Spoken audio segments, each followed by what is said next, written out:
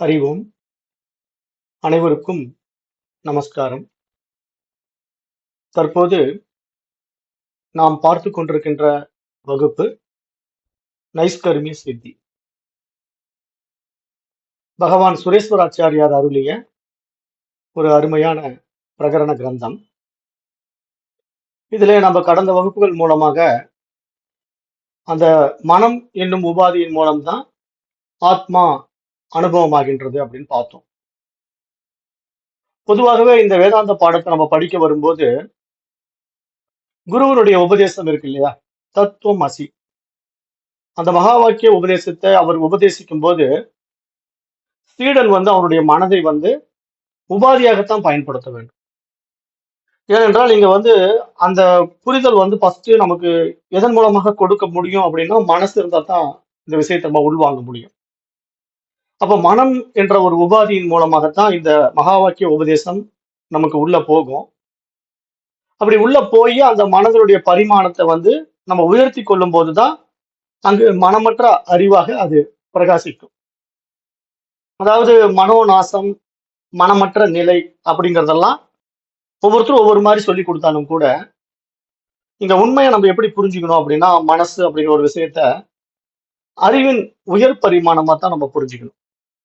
அதாவது இந்த மாதிரி விஷயங்களை உள்வாங்குவதற்கு மனம்தான் ஒரு உபாதிங்கும் போது அந்த உபாதியின் ஒரு உயரிய தன்மையாகத்தான் இங்க அறிவு இருக்குது.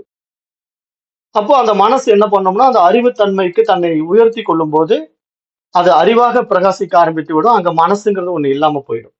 இதுதான் இந்த பாடத்திட்டத்தினுடைய முடிந்த முடிவாகவும் பார்க்கப்படுது.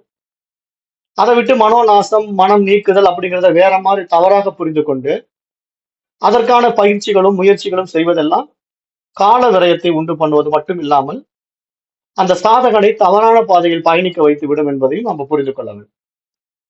அதனால இந்த பாடத்திட்டம் ரொம்ப ஒரு நுணுக்கமான விஷயத்தை பத்தி பேசுது. அதனால ரொம்ப ஆழ்ந்து இதை புரிஞ்சுக்கும் போதுதான் இந்த பாடம் நமக்கு நல்லா உள்ள போய் வேலை செய்யும். அப்போ இந்த சைத்தன்ய அனுபவத்தை வைத்துக்கொண்டு அதன் இருப்பிடத்தையும் அதற்காக பயணம் செய்வதையும் நீக்கிவிட்டு நான் எங்கும் வியாபிப்பவன், மாற்றமடையாத பிம்ப சாட்சி சைத்தன்யம் என்றுதான் நாம் இங்க உணர வேண்டும். ஏனென்றால் இந்த விஷயங்கள் பிரதிபிம்ப பிரக்ரியா அப்படிங்கிற ஒரு பாடத்திட்டத்தின் மூலமா நமக்கு கடந்த வகுப்புகள்ல விளக்கம் கொடுத்தாரு.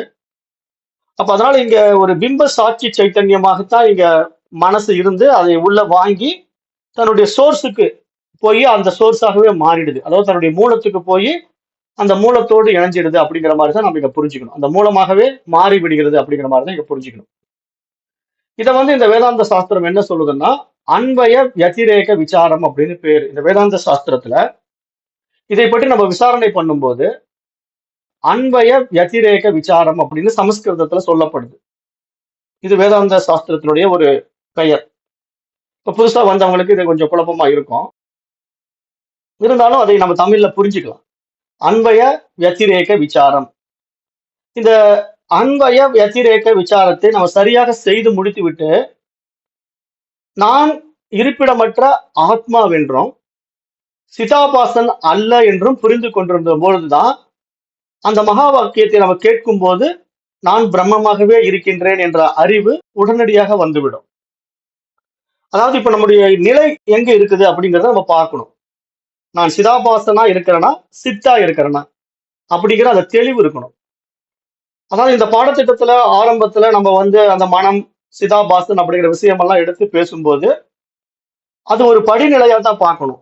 ஆனா அந்த படிநிலையில ஒரு தெளிவு வந்து விட்ட பிறகு நம்முடைய உண்மை தன்மை, நம்முடைய யதார்த்தம், நம்முடைய சொரூபம், நம்முடைய இருப்பு அப்படின்னு நம்ம எல்லா வார்த்தையும் எடுத்து போட்டாலும் அது எதை குறிக்குது அப்படின்னா சித்தை தான் குறிக்கும்.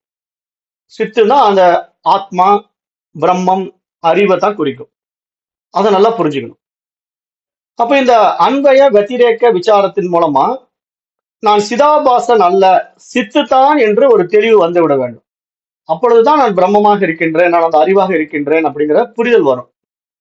அந்த நிலையில் தான் எல்லா இருமைகளும் நம்மை விட்டு நீங்கிவிடும்.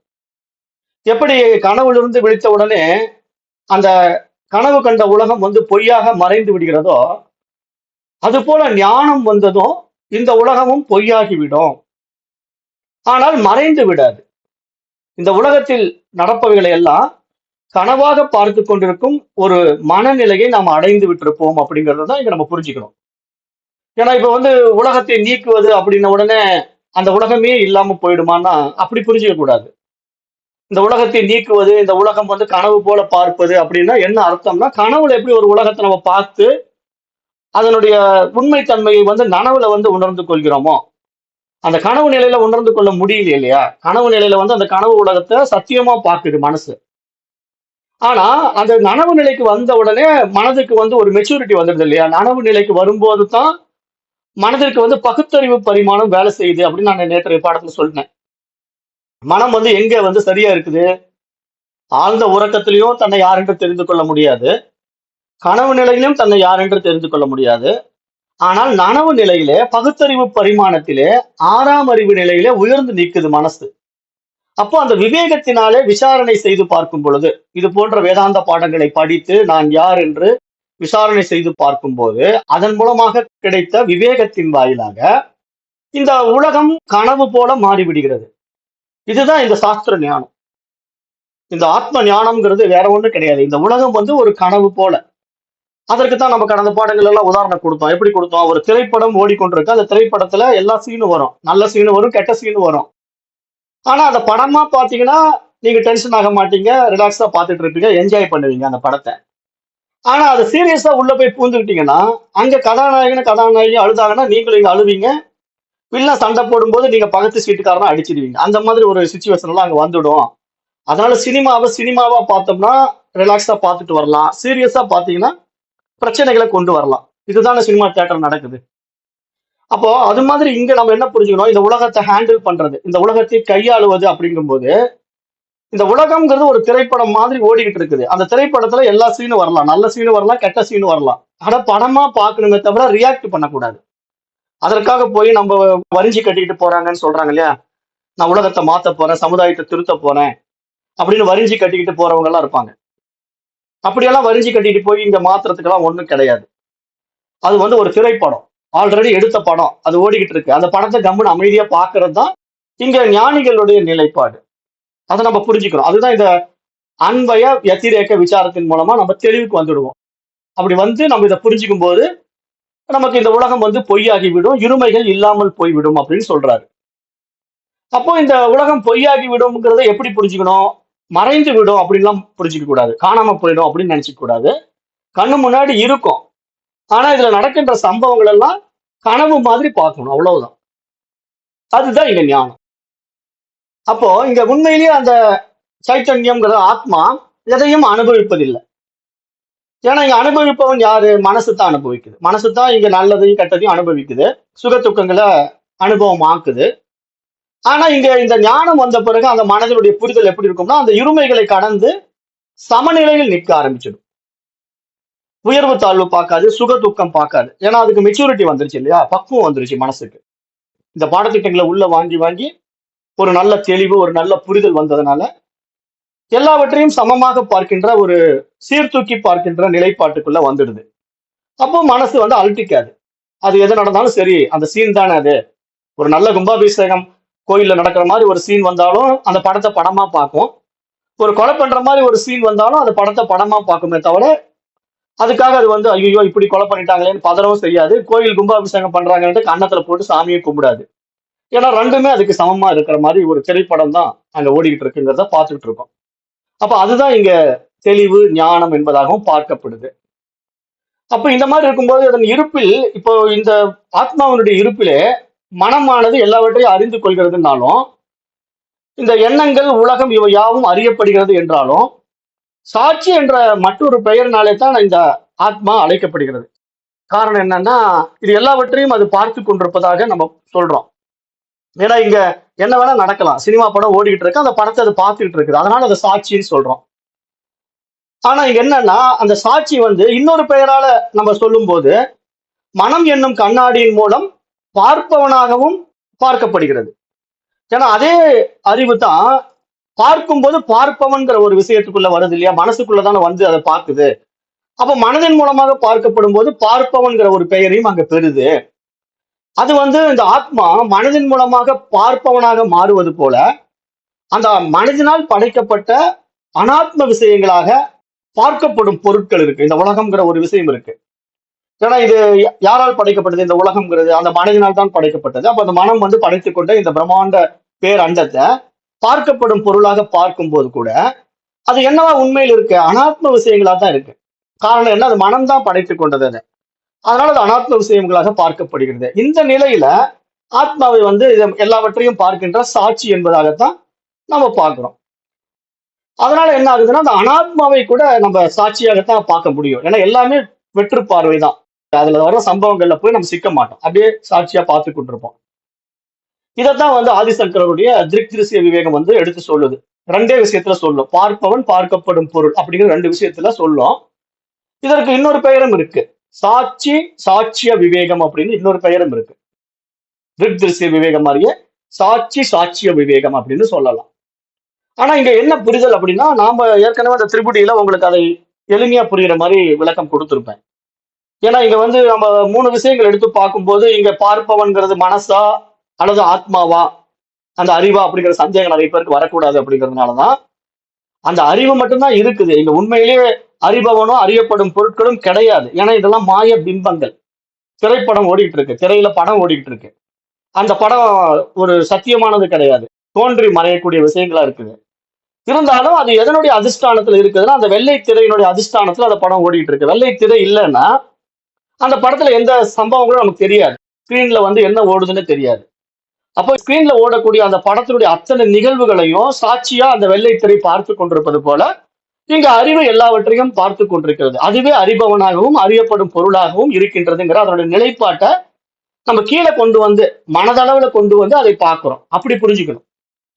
ஏன்னா அறிவு நேரடியா சம்பவப்படாதுன்னு நான் ஏற்கனவே உங்களுக்கு புரியுற மாதிரி சொல்லிட்டேன். ஏன்னா அறிவு வந்து சூட்சமம்.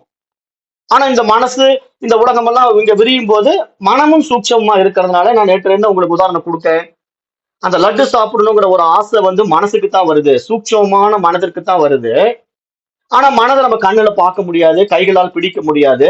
காட்சியில தெரியாத ஒரு மனசு லட்டை சாப்பிட ஆசைப்படுது. எப்படி சாப்பிடும்? அதுக்கு புலன்களே கிடையாது, அதுக்கு உடலும் கிடையாது. அப்போ என்ன பண்ணுதுன்னா அந்த மனசு அந்த புலன்களையும் உடலையும் உண்டாக்கி வச்சிருக்கு. அதுதான் இந்த பாடி, இந்த உடல், நம்முடைய உடல். இப்ப நம்முடைய ஒவ்வொருத்தருடைய மனசு என்ன பண்ணுதுன்னா கண்ணுக்கு தெரியாம இருந்துகிட்டு இருக்குது. ஆனா கண்ணுக்கு தெரியாம இருந்துகிட்டு இருக்கிற அந்த மனசு வந்து கண்ணுக்கு தெரிகிற உடலாக மாத்தி அதன் மூலமா தான் எல்லாத்தையும் அனுபவமாக்குது. அப்ப லட்டு சாப்பிடணுங்கிற ஆசை அந்த மனசுல எழுந்த உடனே அந்த லட்டு அனுபவமாக்குறதுக்கான செயல்முறைகளையும் அந்த மனசே உள்ள இருந்து புத்தி சக்தியாக அதை டீச் பண்ணுது. அப்போ புலன்கள் வந்து அதை ஒவ்வொன்றையும் கையாளுது. கண்களால கடலை மாவை பார்த்து எடுக்குது, சர்க்கரையை பார்த்து எடுக்குது, அப்புறம் அந்த சர்க்கரை பாகு காய்ச்சுது.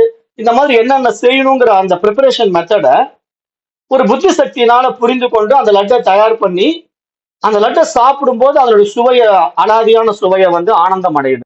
அருமையா இருக்கு லட்டு, சூப்பர் டேஸ்டா இருக்கு, நல்ல நெய் மணக்குது அப்படின்னு அதனுடைய சுவை, அதனுடைய மனம் எல்லாவற்றையும் புலன்கள் வாயிலாக அறிந்து ஆனந்தப்படுகின்ற விஷயம் எதுன்னா கண்ணுக்கு தெரியாத மனசு. அப்ப இதை எப்படி நம்மளால ஏத்துக்க முடியுது? கண்ணுக்கு தெரியாத மனசு தானே இந்த உடலை வச்சுக்கிட்டு இத்தனை விஷயங்களை செய்யுது. அப்ப கண்ணுக்கு தெரியாத மனசு இந்த உடலையும் புலன்களையும் கொண்டு எல்லாவற்றையும் கையாளுகின்றதுங்கிறத நம்ம எப்படி ஏத்துக்கிறோமோ அது மாதிரியே கண்ணுக்கு தெரியாத சூட்சம ஆத்மா அதே கண்ணுக்கு தெரியாத மனதின் மூலமாக இதை உண்டாக்குகின்றதுங்கிறது நம்ம ஏத்துத்தான் ஆகணும். ஏன்னா இதுதானே புரிதல். நமக்கு இந்த மெச்சூரிட்டி லெவல் அப்படிங்கிறது ஸ்டெப் பை ஸ்டெப்பா புரிஞ்சுக்கும் போது இங்க ஒன்றும் சந்தேகத்துக்கு இடமே இல்லை. சரியானபடி நம்ம போயிட்டு இருக்கோம் அப்படிங்கிறது நமக்கு புரிய வரும். விசாரணை பண்ணி தான் அந்த விவேகத்தை நம்ம அடையிறோம். நம்ம ஏற்கனவே சொல்லிட்டோம், இந்த மாதிரி பாடத்திட்டங்களுக்குள்ள எல்லாம் வரும்போது ஒரு குருட்டுத்தனமா மூடத்தனமா எல்லாம் இதை ஏத்துக்காது. இந்த மாதிரி பாடம் வந்து கிடையாது. இது ஒவ்வொன்றையும் விசாரணை செய்து விவேகத்தை கொடுத்து தான் ஏத்துக்கும். ஏன்னா இங்க எல்லாத்துக்கும் வந்து அனுபவத்தை கேட்கும், நேரடி அனுபவத்தை பார்க்கும். தன்னுடைய அனுபவத்துக்கு வராத எதையுமே இந்த சனாதன தர்மத்தில வந்த வேத சாஸ்திரத்தினுடைய வேதாந்தம் ஏற்றுக்கொள்வது கிடையாது. அப்ப அந்த அடிப்படையில இப்ப நம்ம இதெல்லாம் அனுபவமா பார்க்கிறோம் அப்படின்னா அந்த அறிபவன் பார்ப்பவன் என்கின்ற மனதின் மூலமாக அனுபவமாக்கப்படுகிறது. அதுதான் ஆத்மாவின் உபாதின்னு புரிஞ்சுக்கணும். ஏன்னா ஆத்மாங்கிறது நேரடியாக அனுபவமாக்க முடியாததுனால ஒரு உபாதியை உண்டாக்கி அதன் வழியாக அதை அனுபவமாக்குகின்றதுங்கிறத புரிஞ்சுக்குங்க. அப்ப நான் யார் என்ற கேள்விக்கு அறிபவன் அல்லது அனுபவிப்பவன் அப்படிங்கிற ஒரு விஷயத்தோட நம்ம இங்க விசாரணை மேற்கொள்ளும் போது இருப்பிலே அந்த அறிவினுடைய இருப்பிலே இங்கு அனைத்தும் அறியப்படுகிறது என்று நம்ம புரிந்து கொள்ள வேண்டும். இந்த மனதின் மூலமாக வெளிப்பட்ட அந்த அகங்காரம் எல்லாம் அனாத்மாவின் குணங்கள் என்றும், அந்த அகங்காரம் வந்து ஆத்மாவின் குணம் அல்ல என்றும் நாம் இங்க நன்றாக புரிந்து கொள்ள வேண்டும். ஏன்னா இந்த அகங்காரமானது நான் மகிழ்ச்சியாக இருக்கின்றேன் என்ற உருவில தான் எப்பொழுதுமே வெளிப்பட்டுக் கொண்டிருக்கும். அப்ப அதனால இங்க சாஸ்திரம் இப்ப என்ன சொல்லுதுன்னா, இந்த விஷயத்தை எளிதாக விளக்குகின்ற ஒரு விசேஷ வார்த்தையை கையாளுது. அன்வய வத்திரேக விசாரம் அப்படிங்கிற ஒரு விஷயத்தை பேசுது. இப்ப அன்வயம் அப்படின்னா தொடர்ச்சின்னு பேரு. அன்வயம் என்றால் தொடர்ச்சி. வத்திரேக்கம் அப்படின்னா தொடர்பற்றது, தொடர்ச்சி இல்லாதது அப்படின்னு அர்த்தம். அப்ப இங்க தொடர்ச்சி என்பது எதை சொல்லுதுன்னா, பார்ப்பவனையும் தொடர்ச்சி நிறுத்தப்படுவது, அதாவது தொடர்ச்சி இல்லாதது பார்க்கப்படும் பொருளையும் குறிக்கிறது என்பதாக இந்த அன்வய வத்திரேக விசாரத்தின் மூலமாக இங்கு விளக்கப்படுகிறது. அப்ப இங்க நான் என்ற சொல்லானது அனுபவிப்பவனாக இருக்கும்போது அதை அன்வயம் என்றும், அனுபவிக்கப்படும் பொருளாக இருக்கும்போது வத்திரேக்கம் என்றும் இங்கு குறிப்பிடப்படுகிறது. இதை நல்லா உள்ள வாங்கிக்கணும். அப்ப இந்த முறையை நம்ம பயன்படுத்தி, இந்த அன்வய வத்திரேக விசாரம் என்ற இந்த முறையை பயன்படுத்தி நம்ம அகங்காரத்தை தனியாக பிரித்து எடுக்க வேண்டும் என்று இங்கு சாஸ்திரம் சொல்ல வர்ற விஷயமாக பார்க்கப்படுது. ஏன்னா இதெல்லாம் வேதாந்த சாஸ்திரத்தினுடைய வழிமுறைகள். ஏன்னா வேதாந்த சாஸ்திரம் வந்து நமக்கு எந்தெந்த வழியில நம்ம இதை நீக்கணும், எப்படியெல்லாம் அதை நம்ம கையாளணும் அப்படிங்கிறதுக்கு சில டெக்னிக் வச்சிருக்கு. அந்த டெக்னிக்கை நமக்கு எடுத்து சொல்லி கொடுக்குது. அப்போ இங்க ஆத்மாவை நம்ம அனுபவிப்பவனாக எடுத்துக்கொள்ளும் போது அனுபவித்தல் என்ற செயல் புரிந்து கொள்ளப்படுகிறது. எந்த அடிப்படையில புரிந்து கொள்ளப்படுகிறது? அது எங்கும் வியாபித்துள்ள தத்துவமாக இருக்கின்ற ஆத்மாவை எப்படி ஒரு வரம்பிற்கு உட்பட்டதாக அனுபவிப்பவனாக நாம எடுத்துக்கொள்ள முடியும் அப்படின்னு நம்ம விசாரணை பண்ணி பார்த்து, அந்த அன்வய வத்திரேக விசாரத்தின் மூலமாக விசாரணை செய்து பார்க்கும்போது அது நமக்கு எப்படி புரியுதுன்னா, எங்கும் எதிலும் வியாபித்துள்ள இருக்கிற ஆத்மா நேரடியாக எதையும் அனுபவிப்பது கிடையாது, நேரடியாக எதையும் பார்ப்பது கிடையாது. அதற்கு ஒரு உபாதியை உண்டாக்கி அதன் மூலமாகத்தான் செய்கிறது அப்படிங்கிறத நம்ம புரிய வச்சோம். ஏன்னா இப்போ மனசு வந்து நேரடியாக லட்டை சாப்பிட முடியாது இல்லையா? அதுக்குத்தான் அது ஒரு உபாதிங்கிற உடலை உண்டாக்கி அந்த உடல் வழியா லட்டை சாப்பிட்டு ஆஹா அருமையா இருக்குன்னு மனசு சொல்லுது. நீங்க எல்லா விஷயமே எடுத்துக்கங்களேன். லட்டுங்கிறது ஒரு உதாரணத்துக்கு நான் சொல்றேன், உங்களுக்கு புரியுற மாதிரி லகுவா இருக்கணும்ட்டு. எதை ஆசைப்பட்டாலும் சரி, ஒரு நகை வாங்கணும் அப்படின்னு ஆசைப்பட்டாலும் அந்த நகையை வாங்கணுங்கிற ஆசை மனதுக்கு தான் வருது, உடம்புக்கு வர்றது கிடையாது. ஆனா அந்த ஆசை வந்த உடனே அந்த நகையை வாங்கி அந்த உடம்பு தான் போட்டுக்குது, உடம்பு தான் அந்த நகையை கழுத்துக்குள்ள போட்டுக்குது. அந்த நகையை வந்து கழுத்துல போட்ட உடனே அந்த மனசே தான் ஆனந்தம் அடையுது. ஆஹா இந்த நகை ஆசைப்பட்டது எனக்கு கிடைச்சிடுச்சு, இந்த நகை அருமையா இருக்கு, நான் என்னுடைய கழுத்துல போட்டுக்கிட்டு இருக்கேன் கண்ணாடி முன்னாடி நின்று அழகு பார்க்குது. அப்ப இங்க என்ன புரிஞ்சுக்கணும்னா, அந்த உடல் தான் அனுபவிக்குது, ஆனா இங்க உண்மையில மனசு தான் அனுபவிக்குது. அப்ப இந்த ரெண்டுக்கு உண்டான அந்த டிஃபரன்ஸ பிரித்தறிய தெரிஞ்சுக்கணும். மேலோட்டமா பார்க்கும்போது உடல் தான் அந்த நகையை உண்மையிலேயே போட்டுக்கிட்டு இருக்குது, மனசா போட்டுக்கிட்டு இருக்கு அந்த நகையை, உடம்பு தான் போட்டுக்கிட்டு இருக்குது. ஆனா உண்மையிலே அந்த நகையை போட்டுக்கிட்டு இருக்கிறத சந்தோஷப்படுறது எது? உடம்பா? மனசு. அப்ப இந்த டிஃபரன்ஸை நீங்க புரிஞ்சுக்கிட்டீங்கன்னா தான் ஜெயிக்க முடியும் இந்த பாடத்திட்டத்துல. நல்லா புரிஞ்சுக்கணும். ஏன்னா இங்க வந்து எது எது அனுபவிக்குதுங்கிறத சரியா புரிஞ்சுக்கணும். அப்ப ஆத்மா அனுபவிக்குதுன்ன உடனே நீங்க உடனே ஆத்மா செயலுக்கு வந்துருச்சு, அது ஏதோ அனுபவம் ஆக்குது அப்படிங்கிற மாதிரி ஒரு தவறான புரிதலுக்கு போயிடக்கூடாதுங்கிறதுனாலதான் விளக்கத்தை நம்ம இவ்வளவு தெளிவா கொடுக்க வேண்டியது இருக்கு. ஏன்னா மேலோட்டமா பார்க்கும்போது உங்களுக்கு எப்படி தோணும், இப்ப மனசு அனுபவிக்குது அப்படின்னா மனசே நேரடியா நகையை போட்டுக்குமா? போட்டுக்க முடியாது. மனசே ஒரு சூட்சமா கண்ணுக்கு தெரியாம இருக்கு, அது எப்படி போய் நகையை மாட்டிக்கும்? மாட்டிக்க முடியாது. ஆனா நகை வேணும்னு கேட்கறது மனசு தான் கேட்குது. அப்ப மனசு தான் அந்த நகையை ஆசைப்படுது. அப்ப மனசு தான் அந்த நகையின் மீது விருப்பப்பட்டு அதை விரும்பி அந்த உடம்புல போட்ட உடனே அந்த மனசு திருப்தி ஆயிடுது. எதிர்பார்த்த நகை வந்துருச்சு, எனக்கு சந்தோஷம் வந்துருச்சு அப்படின்ட்டு அந்த மனசு திருப்தி அடையுது. அப்ப கண்ணுக்கு தெரியாத மனம் அந்த நகையை அனுபவமாக்குவது போல இங்க கண்ணுக்கு தெரியாத ஆத்மா தன்னை அனுபவமாக்குது. தன்னை அனுபவமாக்குதுன்னா எப்படி அனுபவமாக்குது?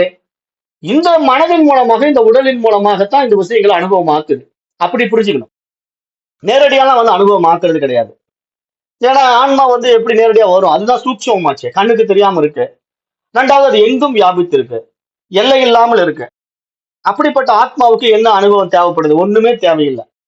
ஆனா தேவைப்படுவது உண்மையில் எதற்குன்னா மனசுக்கு தான் இத்தனை. அப்பவும் இந்த மனசுக்கு தான். அப்ப இந்த மனசு இதை புரிஞ்சுக்கிட்டா தன்னுடைய யதார்த்தத்துக்குள்ள திரும்ப பார்க்கும். அஜ்ஞானத்துல இருக்குது இல்லையா, அறியாமையில இருக்கு. தன்னை வந்து தனித்துவப்படுத்திட்டு இருக்கு. அந்த அறிவு இடத்துல இருந்து தன்னை பிரிச்சு வச்சுக்கிட்டு உபாதியா, அதாவது கண்ணாடியில் தெரிகிற பிம்பத்தை உண்மையா பார்த்துக்கிட்டு இருக்குது. ஆனா அது பிம்பம்னு தெரிஞ்சிட்டா அது தன் தவறை உணர்ந்து கொண்டு அந்த உண்மை தன்மைக்கு திரும்பிடும் இல்லையா. அதைத்தான் இங்க மூலத்துக்கு திரும்புறது, அந்த ஆதிக்கு திரும்புவது அப்படின்னு நம்ம சொல்லிட்டே இருக்கிறோம். அதைத்தான் இங்க சொல்றாரு. இந்த அன்பய வத்திரேக விசாரம் மூலமா இதை நிரூபிக்கிறாரு. அப்போ ஆத்மாவை அனுபவிப்பவன்கிறது யாரு? மனசு தான். அப்ப ஆத்மாவை அனுபவிக்கின்ற மனசு தான் தன்னைத்தானே அனுபவமாக்குகின்ற அந்த சுய விசாரம், சுய தன்மை, ஆத்ம அனுபூதி, ஆத்ம ஆனந்தம். நம்ம என்னென்ன பேர் வச்சிருக்கிறோமோ ஆத்மாவை பற்றி தெரிந்து கொள்ள வேண்டிய அத்தனை விஷயங்களும் அந்த உபாதியின் மூலமாக அந்த ஆத்மா அனுபவமாக்கினாலும் உண்மையில் அந்த அனுபவம் ஆத்மாவிற்கு உண்டானது கிடையாது, மனதிற்கு உண்டானது. அதுதான் நம்ம புரிஞ்சுக்கணும். நகை வந்து அது உடலுக்கு உண்டானது. நம்ம கழுத்துல போட்டுக்கிட்டு இருக்கிற நகை வந்து உடலுக்கு உண்டானது. ஆனா சந்தோஷம் என்னவோ மனசுக்கு தான். அது மாதிரி ஆத்மா தன்னை அனுபவமாக்குவது என்னமோ உண்மைதான். ஆனா அந்த அனுபவம் வந்து மனதிற்கு உண்டானது. இந்த புரிதல் வந்துட்டா போதும். ஜஸ்ட் இந்த டிஃபரன்ஸ் நீங்க அண்டர்ஸ்டாண்ட் பண்ணிக்கிட்டா லகுவா புரிஞ்சுக்கலாம். ஆத்மா எதுவும் சம்பந்தப்படலை அப்படின்னு நல்லா தெரிஞ்சுக்கலாம். அப்ப ஆத்மா வருவதும் இல்லை, போறதும் இல்லை. ஆத்மா வந்து இங்க உண்மையிலேயே வருவதுக்கு போவதுக்கு உண்டான சந்தர்ப்பமே இல்லை. ஏன்னா அது மட்டும்தான் இருக்குது, எங்கும் வியாபித்து இருக்கிறது, எல்லை இல்லாமல் இருக்கிறது. அது நகர்வதற்கு கூட இடம் கிடையாது. ஆத்மாங்கிறது ஒரு அசைவற்றது. ஏன்னா அது எங்கும் இருக்கு, இந்த வெட்ட வெளியா இருக்கு. அதுல எந்த இடத்தையும் அதை அசைக்கவே முடியாது. அப்படிப்பட்ட ஒரு ஆத்மாவில நம்ம என்ன மாற்றத்தை உண்டு பண்ண முடியும்? ஒரு மாற்றத்தையும் உண்டு பண்ண முடியாது. அதனாலதான் அது பூரணம்னு சொல்லப்படுது. அப்ப இங்க நம்ம இதை புரிஞ்சுக்கணும் அப்படிங்கிறது இங்க சொல்ல வர்றாரு. அதுதான் அன்பய வத்திரேக விசாரம். இதை வந்து நான் ரொம்ப எளிமையா சொல்லிட்டேன். வேதாந்த பாடம் வந்து அதை 3 பக்கம் பேசும், அன்பய வத்திரேக விசாரத்தை. நம்ம அப்படி போனா உங்களுக்கு ரொம்ப குழப்பம் ஆயிடும். அப்படிங்கிறனால நான் அதை அவ்வளவு தூரம் கொண்டு போகாம இந்த மாதிரி லகுவா புரிஞ்சுக்கிட்டீங்கன்னா ஈஸியா உங்களால அதை பிடிச்சிக்க முடியுங்கிறதுக்காக இப்படி சொல்லிட்டேன். அப்ப இந்த இடத்துல ஆச்சாரியர் என்ன சொல்றாருன்னா, ஆத்மா பார்ப்பவன் என்ற நிலையை விட்டுவிட்டு சாட்சி என்ற நிலையை வைத்துக் கொள்கிறார். அப்பதான் அது சரியா வரும். பார்ப்பவன் அப்படின்னா அப்ப தனக்கு வேறாக இன்னொன்று இருக்கிறதா, பார்க்கப்படுகின்ற ஒரு விஷயம் இருக்கிறதா அப்படிங்கும் போது ஆத்மாவுக்கு வேற இன்னொன்று கிடையாதுங்கும் போது சாட்சிங்கிற ஒரு மெத்தட்ல கொண்டு வந்து இங்க அதை இந்த மாதிரி ஒரு விசாரணை மூலமா அதை பார்த்துக்குங்கன்னு சொல்லிட்டு அந்த ஆத்மா மாற்றத்தை அடையாதது என்ற தன்மை வலியுறுத்துவதற்காக இந்த நிலைப்பாட்டை எடுத்து இங்க புரிய வைக்கிறார். மேலும் சாட்சி என்ற நிலையும் பொய்யானது, தற்காலிகமானது என்று சாட்சி பாவத்தையும் ஆத்மாவின் மீது ஏற்றி வைக்கிறார். இதைதான் இங்க நம்ம புரிஞ்சுக்க வேண்டியது. ஏன்னா இங்க சாட்சி, பார்ப்பவன் அப்படிங்கிற எல்லா வார்த்தைகளும் புரிதலுக்காக சொல்லப்பட்டது. சாட்சின்னு நீங்க வந்து ஆத்மாவை எடுத்துக்கிட்டாலும் அது எதையோ பார்க்குது, சாட்சியா இருக்குது அப்படின்னு சொல்ல போனாலே அங்க இருமைகள் வந்துடும். பார்ப்பவன் தான் ஆத்மான்னு சொல்ல போனாலும் அங்க இருமைகள் வந்துடும். ஏன்னா இருமைகள் இருந்தா தான் அந்த வார்த்தைக்கே மதிப்பு இருக்கு. பார்ப்பவன்கிற ஒரு வார்த்தையை நம்ம எடுத்தோம்னா அப்ப எதையோ பார்த்துக்கிட்டு இருக்கிறான், அவன் தான் பார்ப்பவன் அப்படிங்கிற மாதிரி ஒரு ரியாலிட்டி வந்துடும், இருமைகள் வந்துடும். சாட்சி அப்படின்னு ஒரு விஷயத்தை எடுத்துக்கிட்டாலும் சாட்சி வந்து சம்பவத்துல கலந்துக்கலனாலும் அது எதையோ பார்த்துக்கிட்டு இருக்கிறது, அதனாலதான் அது சாட்சி அப்படிங்கிற மாதிரியும் வந்துடும். அதனால அவர் என்ன சொல்றாருன்னா, அதை தற்காலிகமாக புரிய வைப்பதற்காக கையாளப்படுகின்ற வார்த்தைகள் தானே தவிர உண்மையில் இந்த நாம ரூபங்களுக்கு அப்பாற்பட்டதுதான் ஆத்மா.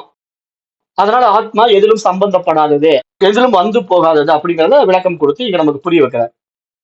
அப்போ இந்த பூர்வ பற்றி ஒரு கேள்வி கேட்கலாம்.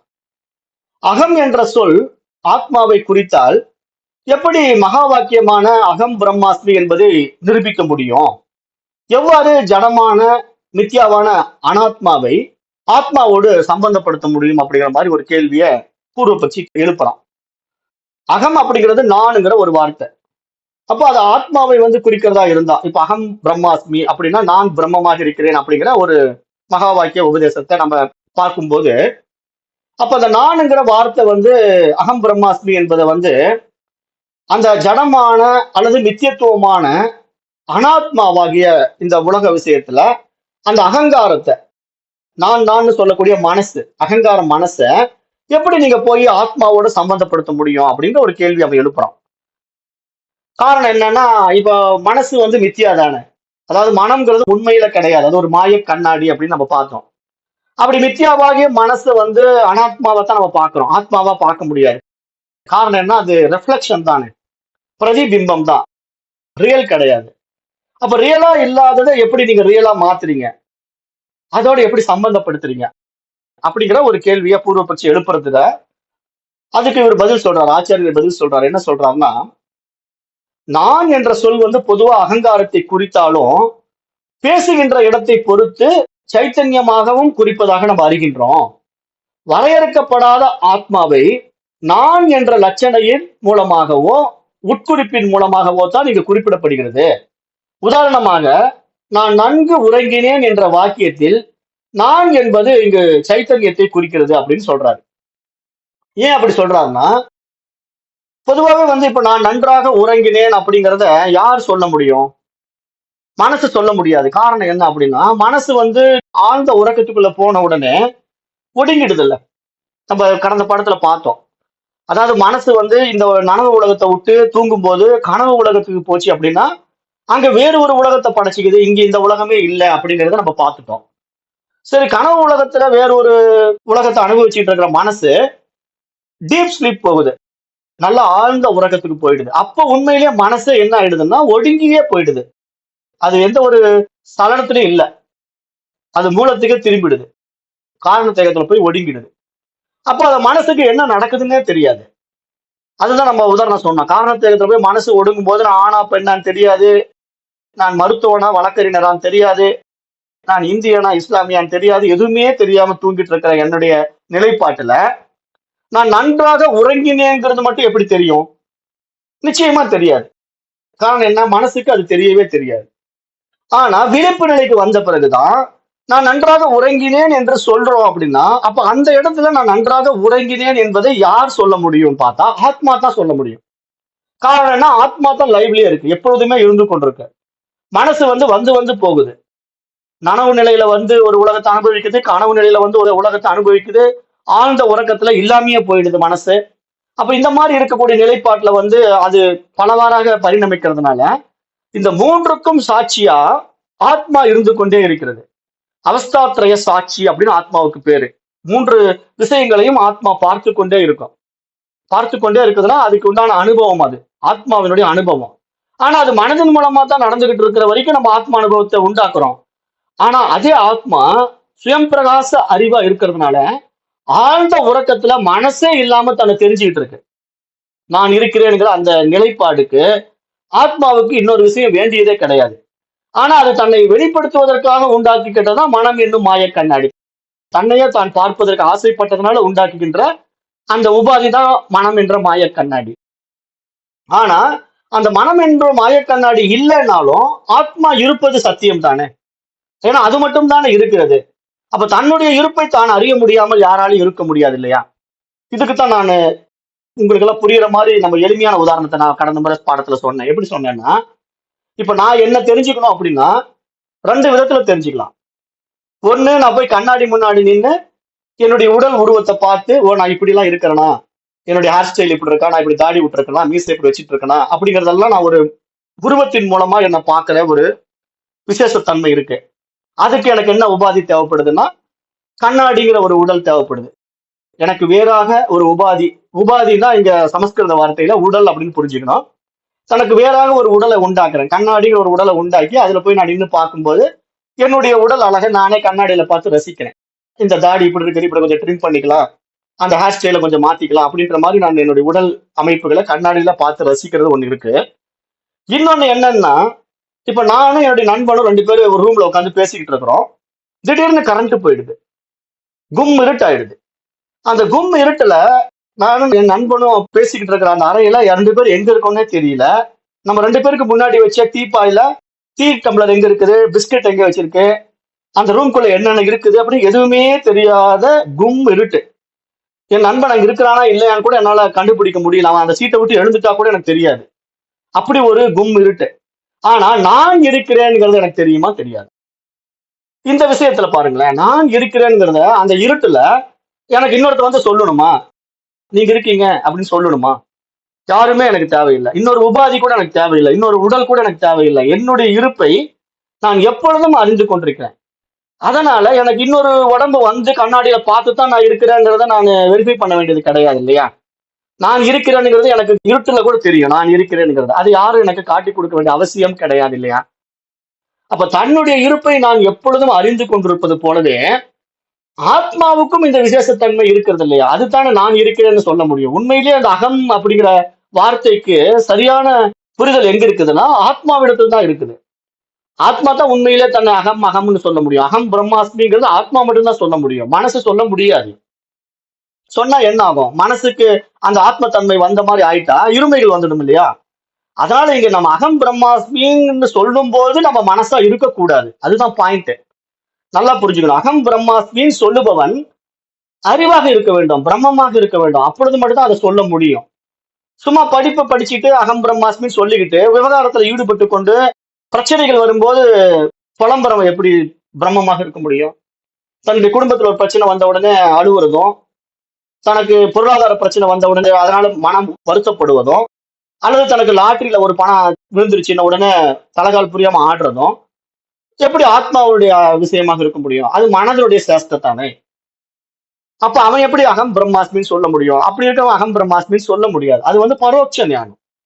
அப்ப அதனாலதான் நிறைய பேர் படிச்சுட்டு அகம் பிரம்மாஸ்மின்னு சொல்லிட்டு இருக்கிறவங்க கூட பிரச்சனைகள்னு வரும்போது அவன் அதுல இருந்து சறுக்கிறான் அப்படின்னு நான் கடந்த பாடத்திலே சொன்னேன். அகம் பிரம்மாஸ்மின்னு ஒரு நிலைப்பாட்டுக்கு வந்த பிறகு தனக்கு வேறாக ஒன்றும் இல்லை, நான் மட்டும்தான் இருக்கிறேன். என்னுடைய சைத்தன்ய ஸ்வரூபத்துல நான் சுயமாக பிரகாசித்துக் கொண்டிருக்கிறேன். அப்ப இந்த உலகம்ங்கிறது ஒரு மாய கண்ணாடி, ஒரு கனவு உலகம் அல்லது ஒரு திரைப்படம் அப்படிங்கிற கண்ணோட்டத்துல பார்க்கும்போது எனக்கு விவகாரத்துல என்ன வேலை இருக்குது? உண்மையிலேயே அகம் பிரம்மாஸ்மிங்கிற நிலைக்கு வந்த உத்தம குருமார்கள் புற விஷயங்கள்ல எந்த விவகாரத்துக்குள்ளேயும் போக மாட்டாங்க. போனா என்ன ஆகும்னா சிக்கிக்குவாங்க. அவங்களுக்கு தெரியும். காரணம் என்னன்னா, ஏதாவது ஒரு ஆசிரமம் அமைக்கிறாலோ அல்லது வேற ஏதாவது ஒரு செயல்பாட்டுக்குள்ள போனாலோ மனசு அதுல சிக்கிக்கிட்டு சின்ன பின்னம் ஆயிடும். எதையாவது ஒண்ணு இழுத்து போட்டுக்கும். ஏன்னா எப்படி இருந்தாலும் அந்த பிரவருத்தின்ற இந்த உலக விவகாரத்தோட போய் நம்ம நுழைஞ்சிட்டோம்னா சும்மா இருக்க முடியாது. ஒரு ஆசிரமம் அமைச்சிட்டோம் அப்படின்னாலே ஒரு 10 பேர் சிஷ்யர்கள் வந்துருவாங்க. அப்ப அந்த 10 பேருக்கு தங்கறதுக்கு ஒரு அறை கொடுக்கணும், அல்லது அந்த ஆசிரமத்துல ஒரு இடம் கொடுக்கணும். அப்புறம் அந்த 10 பேருக்கு சாப்பாடு தினசரி போட்டாகணும். ஏன்னா நம்மளை நம்பி அவங்க வந்திருக்காங்க, உட்காந்து நம்ம மீட்டிங் எடுக்கணும், தினசரி கிளாஸ் எடுக்கணும். அப்ப நம்ம அந்த தினசரி வகுப்பு, அந்த தங்கும் அறை, அதற்கான உணவு அப்படின்னு ஒவ்வொன்றா நம்ம போகும்போது அதற்கான பொருளாதாரமும் தேவை இல்லையா? சும்மா எப்படி வந்துரும்? 10 சிஷ்யர் ஒரு இடத்துல உட்காந்துட்டு இந்த காலத்துல சும்மா வாழ முடியுமா? அதுக்கான இருப்பிடம், உணவு எல்லாம் பார்க்கும்போது பொருளாதாரமும் தேவைப்படும். அப்ப அந்த பொருளாதாரத்துக்காக என்ன பண்ணணும்? 10 பேரை ஸ்பான்சர் பண்ண சொல்லி கேட்கணும். தன்னுடைய சிஸ்டர்களுக்கே கொஞ்சம் வசதி வாய்ப்பு இருக்கிற சிஸ்டர்களை பார்த்து, நீங்க கொஞ்சம் வசதியா இருக்கீங்க, பார்த்து ஏதோ ஒரு அமௌண்ட் கொடுங்க, நாங்க எல்லாம் 10 பேர் சாப்பிடணும் அப்படின்னு நம்ம பொருளாதார எதிர்பார்ப்புக்கு வரணும். அப்ப இது மாதிரி வர்றவங்களும் ஆமா அவர் நல்ல விஷயத்த சொல்லிட்டு இருக்காரு, சமுதாயத்துக்கு சேவை செய்யறாரு, இருந்தாலும் அவர்கிட்ட பொருளாதாரம் இல்லை, நம்மளால முடிஞ்ச உதவி செய்வோம் அப்படின்ட்டு அவர்களும் உதவி செய்ய வேண்டிய ஒரு சூழ்நிலை உண்டாகும். அப்ப இதெல்லாம் என்ன ஆகும்? ஒரு பந்தமா மாறுமா மாறாதா? அப்ப பிராக்டிக்கலா நீங்க என்ன புரிஞ்சுக்கணும்னா, இந்த மாதிரி விவகாரத்துக்குள்ள போறோம் அப்படின்னாலே அவங்க வந்து கார்ப்பரேட் சாமியார், அதுல எந்த சந்தேகமும் கிடையாது. எப்பயுமே வந்து யாரெல்லாம் இந்த உலகத்துல பிரசித்தி பெறுறாங்களோ, நல்லா புரிஞ்சுக்கங்க, யாரெல்லாம் மற்றவர்களால் அங்கீகரிக்கப்பட்டு பிரசித்தி பெறுகிறார்களோ அவர்களுக்கு பின்னாடி ஒரு கார்ப்பரேட் இருக்குங்கிறத மட்டும் புரிஞ்சுக்கங்க. கார்ப்பரேட் இல்லாம அவங்க ஃபேமஸ் ஆக மாட்டாங்க. ஏன்னா அவர்களை பயன்படுத்தி பின்னாடி ஒரு பெரிய பிசினஸ் ஓடும். எல்லா சாமியார்களுக்கும் பொதுவா நான் சொல்றேன், குறிப்பிட்டு இந்த சாமியார் நான் சொல்ல மாட்டேன். எல்லா சாமியார்களுக்கும் பின்னாடி ஒரு கார்ப்பரேட் நிறுவனம் இருக்கும். அவர்களை பயன்படுத்தும், அவர்களை வச்சு அந்த சிஷ்யர்கள்கிட்ட காசு பண்ணும். அது எந்த வகையில வேணா பண்ணும். அவருடைய புத்தகத்தை மார்க்கெட் பண்ணும், மருந்தை மார்க்கெட் பண்ணும், மசாலா ப்ராடக்டை மார்க்கெட் பண்ணும். எதையாவது ஒண்ணு கொண்டு வந்து சாமியாருடைய ஆசிரமத்துல கொண்டு வந்து இணைச்சிக்கிட்டு ஒரு பிசினஸ் சென்டரா மாத்திக்குவாங்க. அப்ப இங்க என்ன ஆயிடும்? தனிப்பட்ட முறையில விற்பனை பண்ணுவதை விட ஒரு அமைப்பின் மூலமா விற்பனை பண்ணும்போது டர்ன் ஓவர் அதிகமாகும் இல்லையா? தனிப்பட்ட முறையில 10 பேர் இருப்பான், ஒரு அமைப்புன்னு ஆரம்பிக்கும் போது 10,000 பேர் வருவான். அப்ப டர்ன் ஓவர் இருக்கும். அப்ப என்ன ஆகும்னா, ஒரு ஃபேமஸ் சாமியாருக்கு பின்னாடி ஒரு கார்ப்பரேட் வந்துடும். அப்ப இது என்ன ஆயிடும்னா பிசினஸா மாறிடும். அப்ப எங்க இருந்து இந்த ஆத்ம ஞானத்துக்கு இந்த மாதிரி விஷயத்த சொல்றதுக்கு என்ன அங்க தகுதி இருக்குது அவங்களுக்கு? இருக்க முடியாதுங்கிறத நான் சொல்றேன். அதனால எத்தனை சாமியார்கள் கண்ணுக்கு தெரியாம உலகத்துல இருக்காங்க தெரியுமா? நமக்கு தெரிஞ்ச ஃபேமஸ் சாமியார்கள் தான் சாமியார் என்னைக்குமே நினைச்சிடக்கூடாது. இருக்கிற இடம் தெரியாம ஆயிரக்கணக்கானவர்கள் இருக்கிறார்கள். அவர்கள்லாம் எங்க இருக்காங்கன்னு நமக்கு தெரியாது. ஏன்னா அவங்க தான் உண்மையான சாமியாருங்க. அவர்கள் தான் ஆத்ம ஞானிகள், பிரம்மனிஷ்டர்கள். அது மாதிரி நிறைய பேர் இருக்கிறாங்க. அவங்கள தேடி போனா மட்டும் அந்த சமுதாயத்துல பேசுவாங்க, அவங்களுக்கு தேவையான விஷயத்த கொடுப்பாங்க. இல்லைன்னா அவங்க இருக்கிற இடம் தெரியாம இருப்பாங்க. அவங்க யாருக்கும் போய் எண்ணத்தை கொடுக்கறது இல்ல. காரணம் என்ன, படம் ஓடிக்கிட்டு இருக்கு அவங்கள பொறுத்த வரைக்கும். அந்த படத்துல நடிக்கிற சீன் என்னவோ அந்த சீனை பண்ணிட்டு இருப்பாங்க, அவ்வளவுதான். தேவையற்ற விவகாரத்துக்குள்ள போய் சிக்க மாட்டாங்க. ஏன்னா சிக்கனா அப்புறம் அஜ்ஞானம் தானே அது. அதைத்தான் இங்க சொல்றாரு. அப்ப இங்க அகம் பிரம்மாஸ்மிங்கிற மகா வாக்கியத்துல ஆச்சாரியர் வந்து தன்னுடைய வாதத்தை வந்து 2 முறைகளால உறுதி செய்றார். எப்படின்னா, அதாவது குண விருத்தி முறை, முக்கிய விருத்தி முறை அப்படின்ற 2 விருத்தி முறைகள் எடுத்துக்கிறாரு. குண விருத்தி முறை, முக்கிய விருத்தி முறை அப்படின்ற 2 விருத்தி முறைகள். விருத்தினா இங்க விவகாரம் தானே, மனசனுடைய வியாபகம் தான், மனோ வியாபகம் தான் விருத்திகள்னு சொல்றோம். எண்ணங்கள் தான் விருத்திகள்.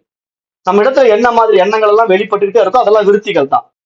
அந்த விருத்திகள் வெளியே வர வர உங்களுக்கு ஒரு எண்ணம் 1000 எண்ணமா மாறி மீண்டும் உங்களை விவகாரத்துக்குள்ளேயே வச்சுக்கிட்டு இருக்கோம். நீங்க விடுபடவே முடியாது. மனம் வந்து சலனம் இல்லாம நிக்க முடியாது. ஏதாவது ஒரு கண்டதை இழுத்து போட்டுக்கிட்டே இருக்கும். பொய் சொல்லும். எப்படி சொல்லும்னா மனசு, நான் நிஷ்காமிய கர்மமா பண்றேன், நான் எந்த ஒரு பிரதிபலனும் எதிர்பார்க்காம இதை செய்யறேன் அப்படின்னு சொல்லும். காரணம் என்ன, அது தேவைகளுக்காக இந்த மாதிரி ஒரு வார்த்தைகள்லாம் எடுத்து கையாளும். எப்படி இந்த அகம் பிரம்மாஸ்மிங்கிற வார்த்தையை தூக்கி போட்டுக்குது, இதே மனசுதான் தூக்கி போட்டுக்கும். அகம் பிரம்மாஸ்மி, நானே பிரம்மம்னு சொல்லும். ஆனா நடைமுறையில பிரம்மமா வாழாது, வாழ முடியாது. ஏன் வாழ முடியாதுன்னா, அது மனதாக இருக்கின்ற வரையிலும் அது சாத்தியமே இல்லை இல்லையா. அகம் பிரம்மாஸ்மிங்கிறது மனதுக்கு உரித்தான வார்த்தை கிடையாது, அது பிரம்மத்துக்கு உரித்தான வார்த்தை.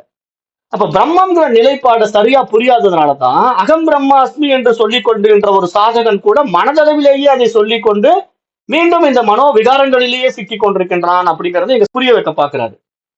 அப்ப இதனாலதான் பெரும்பாலானவங்க வந்து அந்த உண்மைத்தன்மைக்குள்ள போக முடியாம போயிடுது. அதை நம்ம இங்க நல்லா புரிஞ்சுக்கணும். அப்ப என்ன சொல்றாருன்னா, அந்த 2 முறைகள்ல முக்கிய விருத்தி என்பது நேரிடையான முறையாகவும், இந்த முறையை பயன்படுத்துவதற்கு நான் என்ற சொல் பொதுவாக அகங்காரத்தை குறித்தாலும் அகங்காரத்தோடு கூடிய ஆத்மாவையே குறிக்கிறது அப்படிங்கிற அந்த முக்கிய விருத்தியை டைரக்டா அந்த பிரம்மத்தை போய் சுட்டி காட்டுறாரு.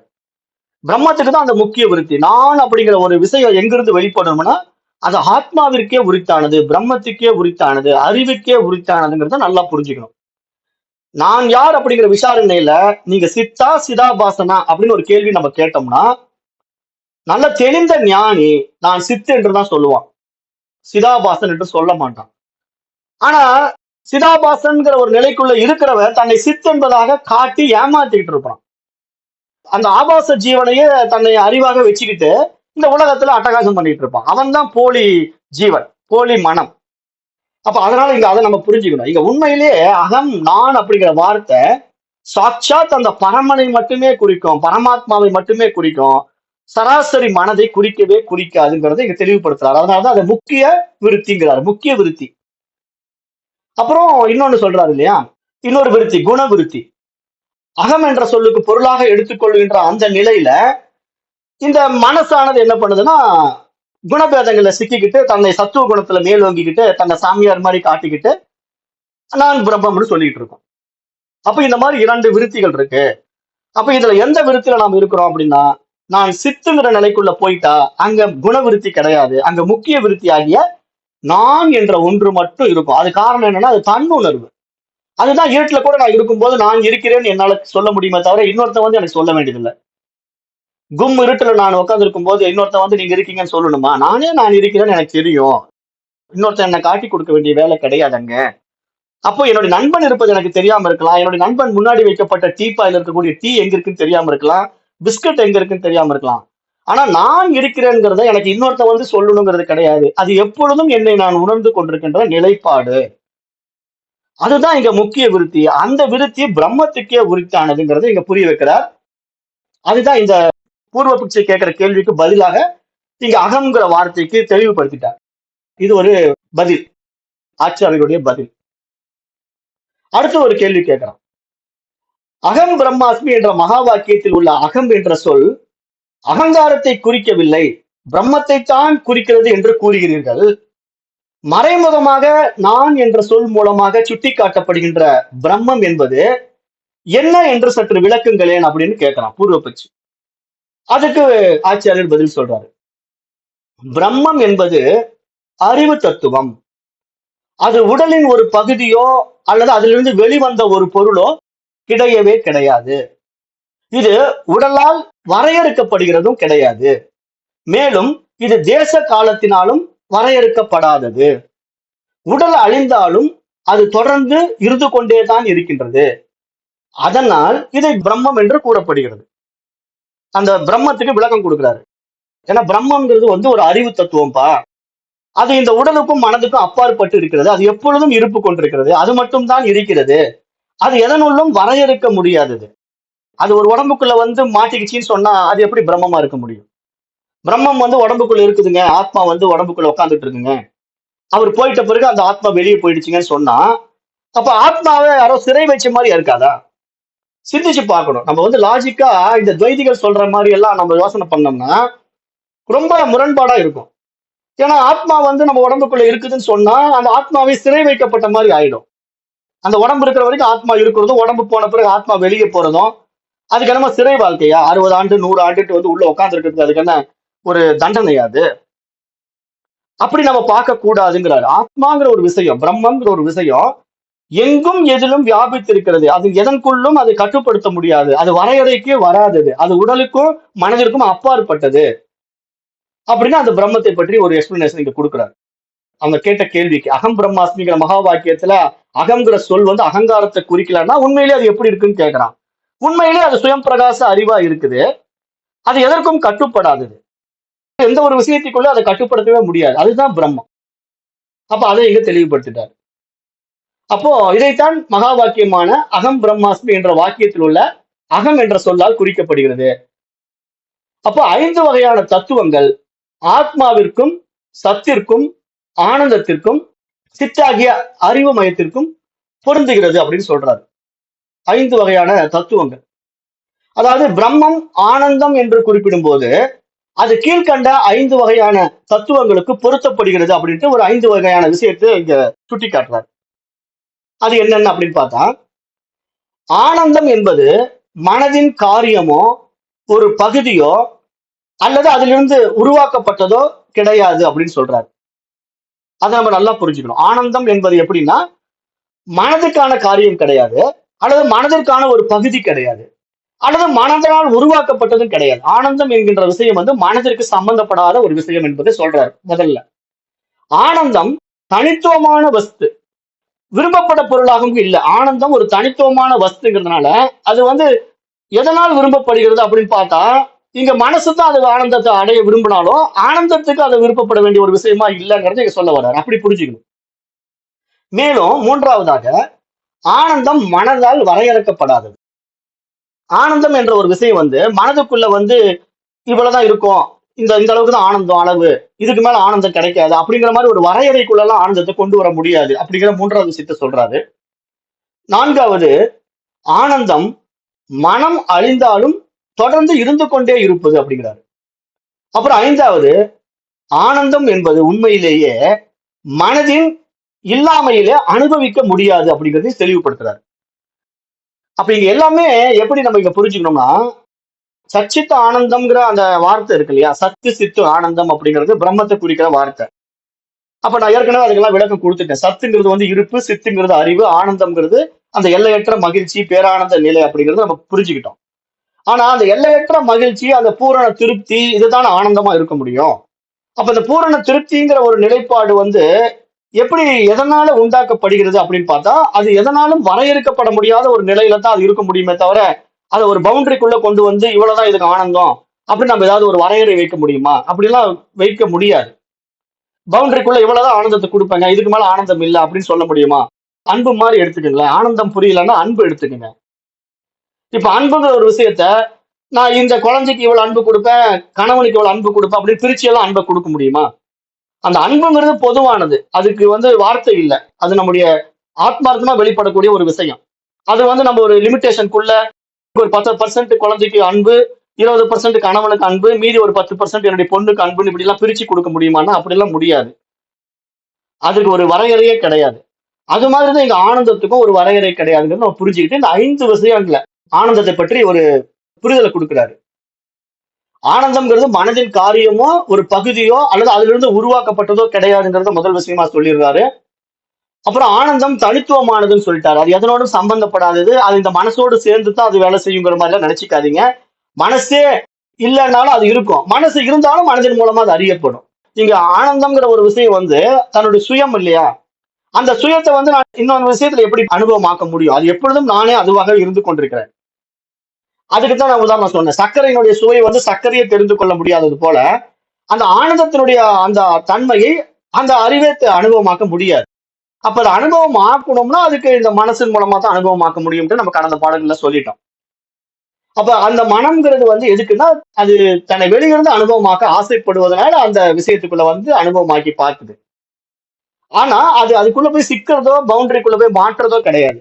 அது வெளியிருந்து அனுபவமாக்குது. அதான் நான் புரிஞ்சுற மாதிரி சொல்லிட்டேன். லட்டு சாப்பிடுற மெத்தட். மனசு வந்து லட்டு சாப்பிடுதுன்னா, புலன்கள் வழியா சாப்பிட்டாலும், அந்த லட்டு வந்து சாப்பிட்ட திருப்தியும், சந்தோஷமும் மனசுக்கு தான் கிடைக்கும்.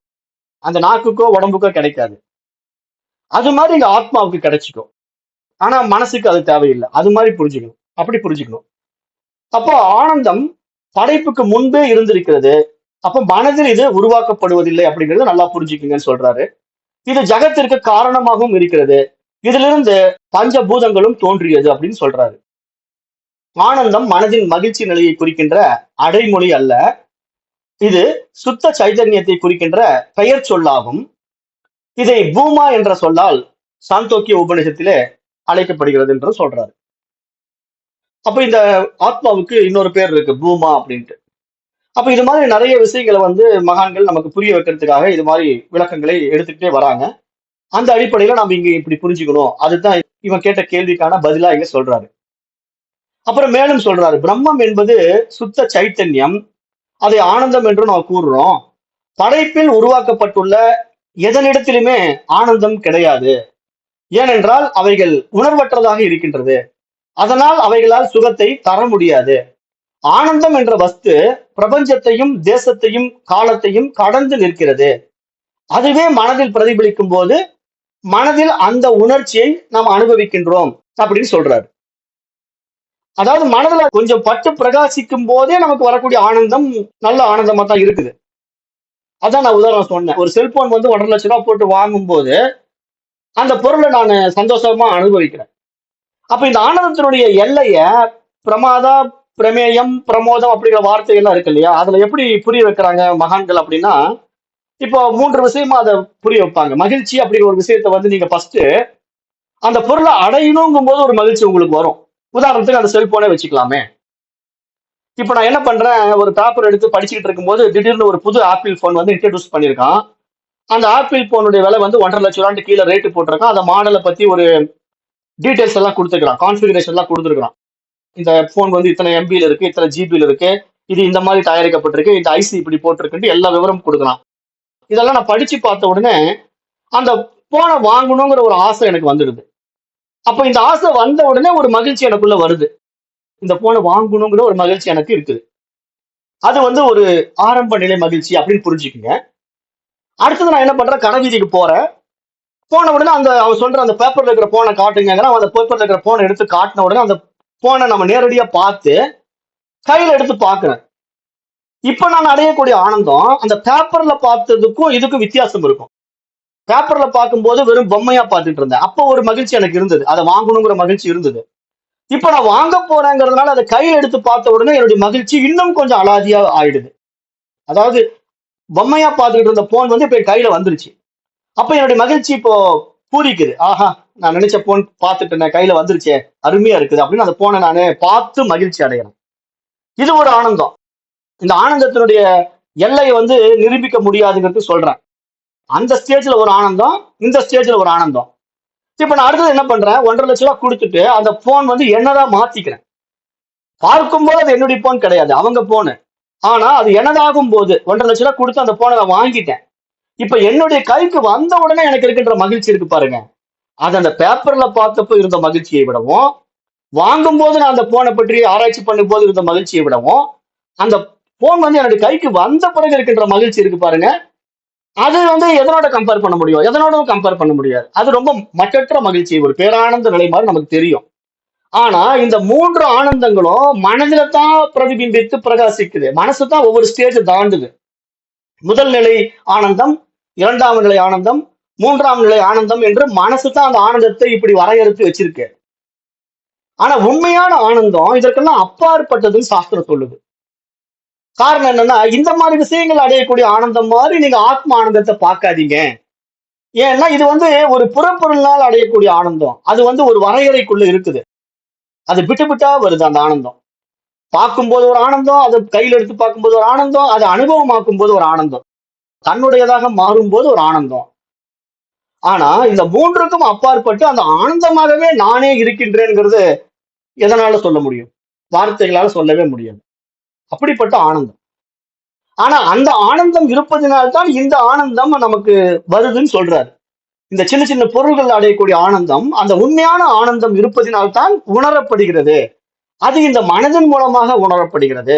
அப்ப மனதிலே அது பிரதிபிம்பித்து பிரகாசிக்கிறது அப்படிங்கிறத புரிஞ்சுக்கணும்.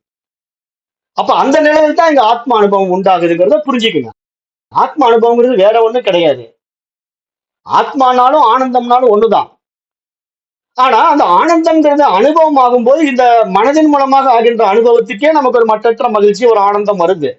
ஆனா என்ன ஒரு பிரச்சனை மனதுகிட்ட அப்படின்னா, மனசு வந்து இருமைகள் இருக்குது. அந்த பொருளை தன்னது ஆக்கும் போது அடைகின்ற ஆனந்தம் எல்லையற்றதாக இருந்தாலும், அந்த பொருள் கீழே விழுந்து உடைஞ்சு போச்சுன்னா மறு வினாடி அந்த ஆனந்தம் இல்லாம போயிடுது இல்லையா? அதனாலதான் அது மனசுன்னு சொல்லப்படுது. காரணம் என்ன? மனது இடத்துல இருமைகள் இருக்கிறதுனால வரும்போது அடைகின்ற ஆனந்தத்தை போகும்போது அடைய தெரியல. அந்த பொருள் தன் கையை விட்டு போச்சுன்னாலும் அந்த ஆனந்தம் அதுகிட்ட இருக்குதா மனசு கிட்டன்னா இல்லை இல்லையா? பொருள் கையை விட்டு போன உடனே பதறுது, துடிக்குது, உடஞ்சிடுச்சேன்னு அழுவுது. அப்போ அது மனசு. இதுதான் அங்க சுட்டி காட்டுறாரு. மனதுக்கும் அறிவுக்குள்ள வித்தியாசம் என்னன்னா, மனசு எப்பயுமே இருமைகள் இருக்கும். தனக்கு சாதகமா வரும்போது சந்தோஷப்படும், தனக்கு பாதகமா வரும்போது துக்கப்படும். ஆனா ஆத்மாவின் இடத்திலே இந்த சாதக பாதங்கள் இல்ல. அது எப்பொழுதும் தண்ணீர் தானாய், தன்மயமாய், தனித்துவமாய், இரண்டற்ற நிலையிலே சுயம் பிரகாசமாக, சுத்த அறிவாக பிரகாசித்துக் கொண்டிருக்கு. அது எப்பவும் சமமாக இருக்கிறது. அது இடத்துல ஏற்றத்தாழ்வுகள் கிடையாது. அது வந்து ஒண்ணு சுகமா இருக்குது, ஒண்ணு துக்கமா இருக்குன்னு சொல்லாது. அப்ப அந்த நிலையில் இருக்கிறவன் தானே பிரம்ம ஞானி, அவன் தானே பிரம்மனிஷ்டன். அந்த நிலைக்கு நம்மளால வர முடிந்தால் தான் நம்ம அகம் பிரம்மாஸ்மின்னு சொல்ல முடியணும்னு நான் சொல்றேன். மீண்டும் மீண்டும் நான் சொல்ற பாயிண்ட் என்னன்னா, சும்மா வாய் வார்த்தையினால, புத்தக அறிவுனால அகம் பிரம்மாஸ்மின்னு சொல்லிட்டு தெரியக்கூடாது. அது சாத்தியம் ஆகாது. காரணம் என்னன்னா, அதெல்லாம் ஏற்றி வைக்கப்பட்ட ஏட்டுச் சுரைக்காய். அனுபவம் என்பது தன்னிடத்திலே மலர வேண்டியது. அப்ப அந்த நிலைக்கு வந்த பிறகு இங்கு எல்லாவற்றையும் சமமாக பார்க்கின்ற நிலைப்பாட்டில் நின்றால் அவன் ஆத்மா, அவன் அகம் பிரம்மாஸ்மின்னு சொல்லலாம்.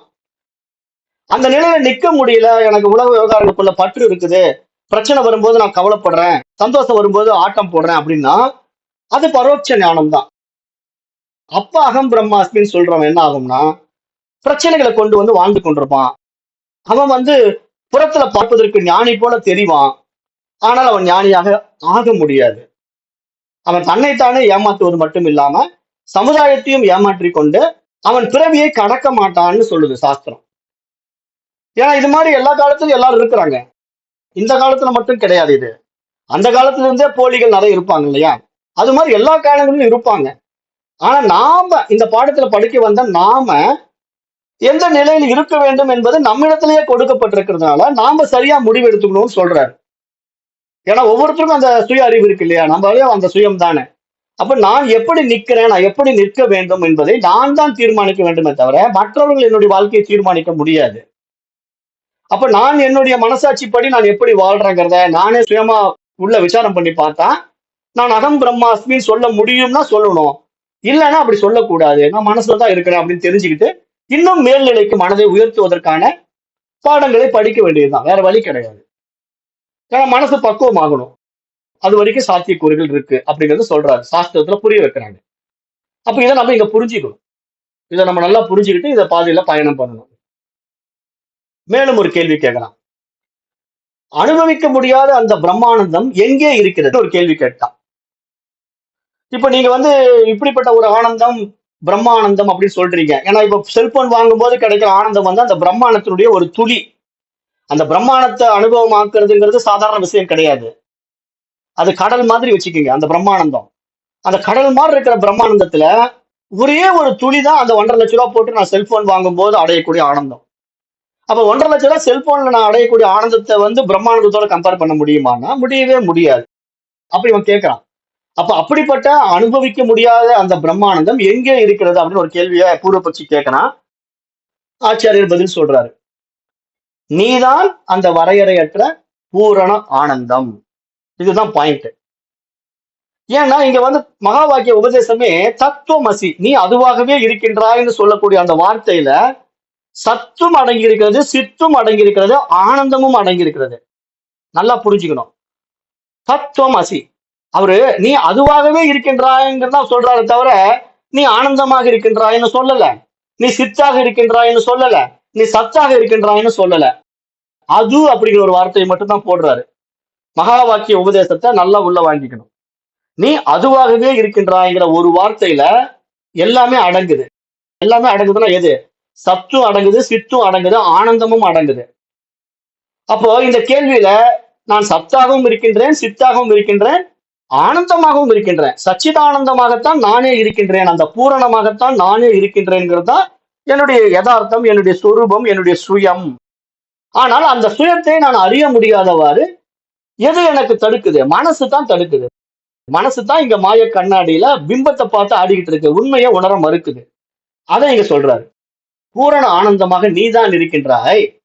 முகம் பார்க்கும் கண்ணாடியில் நம் முகத்தின் பிரதிபிம்பத்தை பார்க்கலாம், ஆனால் பிம்பமான நம் முகத்தை பார்க்க முடியாது. அதுபோல மனதில் பிரதிபலிக்கின்ற ஆனந்தத்தை அனுபவிக்கலாம், ஆனால் பிரம்மானந்தத்தை அனுபவிக்க முடியாது அப்படின்னு சொல்றாரு. விளக்கம், இந்த விளக்கம் அப்படிதான் கொடுக்குறாரு. ஏன்னா இங்க கண்ணாடியில் தெரிகின்ற பிரதிபிம்ப முகம்ங்கிறது அந்த கண்ணாடியிலே இருக்கின்ற முகமாக இருந்தாலும் அந்த உண்மை முகம் நானே தான். இந்த பக்கம் நான் இருக்கிறதுனால தான் அந்த பிரதிபிம்பம் அனுபவம் அந்த கண்ணாடிக்கு உண்டாகுது. ஆனா அந்த பிரதிபிம்ப அனுபவம் கண்ணாடிக்கு உண்டாகினாலும் அந்த கண்ணாடியில் அந்த பிம்பம் இருப்பது உண்மைதான், அதுல எந்த சந்தேகமும் இல்லை. அது மாதிரி மனதிலே ஒரு ஆனந்தம் பிரதிபலிப்பதும் உண்மைதான், அதுல எந்த சந்தேகமும் இல்லை. ஆனா உண்மையான ஆனந்தமா அதுன்னு கேட்டா இல்ல, அது ஒரு போலி ஆனந்தம். உண்மையான ஆனந்தம் இந்த பக்கம் இருக்குது. கண்ணாடியில் இருக்கின்ற பிம்பம் வந்து ஒரு போலி பிம்பம். அது மாதிரி இங்க புரிஞ்சுக்கணும்னு சொல்றாரு. அப்ப அது மாதிரி மனதில பிரதிபலிக்கின்ற ஆனந்தத்தை அனுபவிக்கலாமே தவிர அது பிரம்மானந்தமாக ஆகிவிடாதுன்னு சொல்றாரு. பூரண ஆனந்தம் பல பகுதிகளாக பிரிக்கவே முடியாது அப்படிங்கிறாரு. ஏன்னா அந்த பூரண ஆனந்தத்தை எப்படி நீங்க பிரிச்சு பார்க்க முடியும்? இப்ப நம்ம நடைமுறையில அனுபவிக்கிற ஆனந்தம் எல்லாம் பிரிச்சு பார்க்கணும். செல்போனை வந்து அந்த பேப்பர்ல பார்க்கும்போது ஒரு சின்ன மகிழ்ச்சி வருது. அதே செல்போனை போய் நான் கடையில கையில் எடுத்து பார்க்கும்போது அதை விட கொஞ்சம் நல்ல மகிழ்ச்சி வருது. அதே போன நான் எனதாக்கும் போது, என்னுடையதுன்னு அதை மாத்திக்கும் போது அதை விட ஒரு மகிழ்ச்சி கூடுது இல்லையா? அப்ப அந்த மகிழ்ச்சியில ஒரு ஏற்றத்தாழ்வுகள் இருக்கிறத நம்ம பார்க்கணும் இல்லையா? அப்ப இந்த ஏற்றத்தாழ்வுகள் ஏன் வருகிறதுனா மனதினால வருகிறது. அது மாதிரிதான் இந்த அன்பு கூட. அன்பு கூட உண்மையா ஏற்றத்தாழ்வுகளோட தான் அனுபவமாக்கப்படுது. ஆனா உண்மையா அன்பு அப்படி கிடையாது.